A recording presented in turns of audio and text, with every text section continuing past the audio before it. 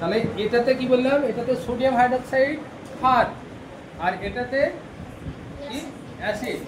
এবার দেখো লিটমাস তো দেখালাম তাই না, আরেকবার দেখো তোমরা।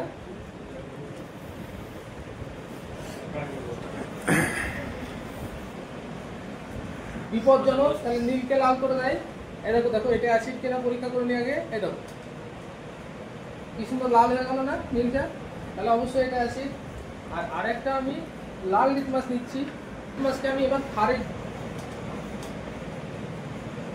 এই দেখো ক্ষারে ভেজালে কি হচ্ছে, নীল হয়ে যাচ্ছে। তাহলে এগুলো কার ধর্ম, এগুলো ওই অ্যাসিড বা ক্ষারের ধর্ম, আমার কিছু করণীয় নয়, আমি শুধু ওখানে স্পর্শ করছি। ওই যা কিছু দেওয়ার কে দিয়েছেন, আল্লাহ দিয়েছেন, এটা মাথায় রাখতে হবে। আচ্ছা এবার দেখো আমি ফুলটা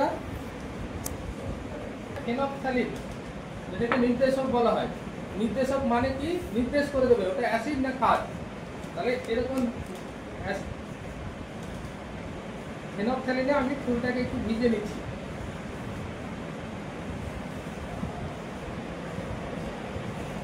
ভেজানো হয়ে গেল। এবার দেখো এটা সাদা কালারের ছিল না ফুলটা, আমি একটু ক্ষারের মধ্যে ডোবাতে চাইছি।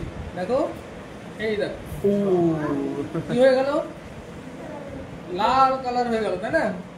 এবার এই লাল কালারের ফুলটাকে যদি আমি এখানে ডুবিয়ে দিই, দেখো এই দেখো জাদু।